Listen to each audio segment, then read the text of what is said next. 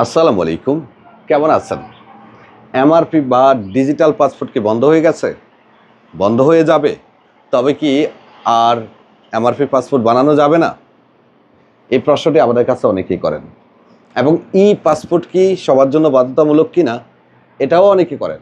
তো আজকে আপনাদেরকে খুবই গুরুত্বপূর্ণ বেশ কিছু তথ্য দিব, যে তথ্যগুলো আপনাদের অনেক বেশি কাজে লাগবে। প্রথমেই বলি, আপনি যদি একজন সৌদি প্রবাসী হয়ে থাকেন অথবা মধ্যপ্রাচ্য প্রবাসী হয়ে থাকেন, তাহলে নিশ্চিত থাকুন আপনার এমআরপি পাসপোর্ট নতুন করে রিনিউ করতে আপনার কোনো সমস্যা হবে না। কারণ সৌদিতে এখনও বা মধ্যপ্রাচ্যের বেশ কিছু দেশে এখনও এমআরপি পাসপোর্ট রিনিউ করা যায়। অর্থাৎ আপনার যে ডিজিটাল পাসপোর্টটা আছে সেটা আপনি রিনিউ করতে পারবেন। তবে হ্যাঁ, আপনি যদি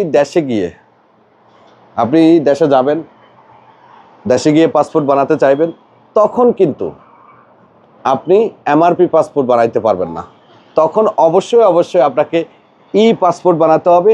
আর ই পাসপোর্ট বানানোর জন্য আপনার অবশ্যই ভোটার আইডি কার্ড থাকতে হবে।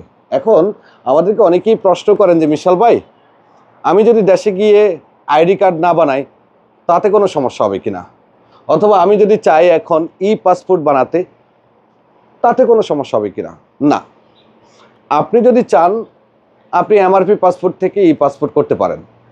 ই পাসপোর্ট বর্তমানে দুইভাবে করা যায়। একটা হলো আপনি জন্ম নিবন্ধন দিয়ে করতে পারেন।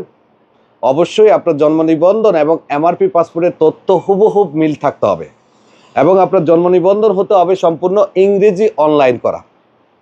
যদি কারো জন্ম নিবন্ধন বের করতে সমস্যা হয় তাহলে আমাদের অফিসে যোগাযোগ করেন, আমরা আপনাকে বের করে দেব।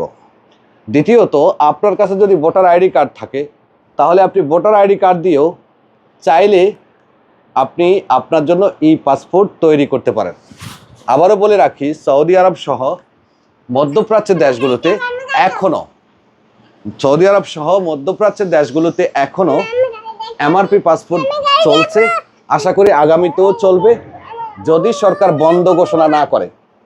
এখন পর্যন্ত চলমান আছে এমআরপি পাসপোর্ট, সমস্যা নেই। তবে এটা শুধুমাত্র সৌদি আরব থেকে সৌদি আরবে, অর্থাৎ এমআরপিটা আপনি রিনিউ করতে পারবেন সৌদি আরবের ভিতরে।